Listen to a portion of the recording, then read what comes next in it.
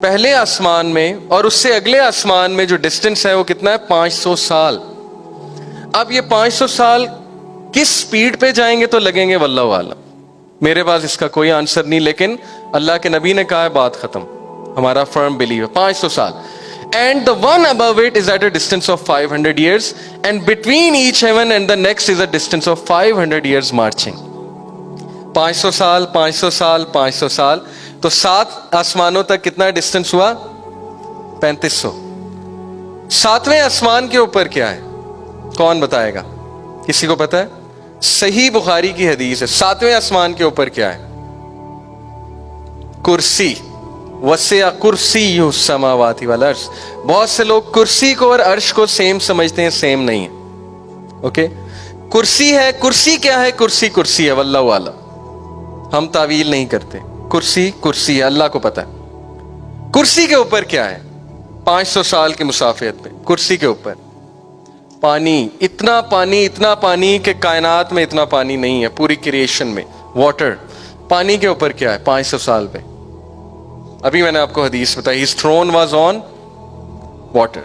throne عرش پانی کے اوپر ہے، اور عرش کے اوپر اللہ جل جلالہ اپنی شان کے مطابق، اپنے جلال کے مطابق مستوی ہیں.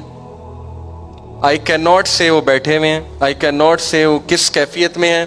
واللہ عالم. اس پہ سوال پوچھنا بدعت ہے. بٹ اللہ اپنے عرش پہ مستوی ہے جیسے اللہ کی شان کو لائق ہے. اور اللہ کے عرش کو فرشتوں نے تھاما ہوا ہے. اور ایک فرشتے کا آپ کو سائز بتاتا ہوں.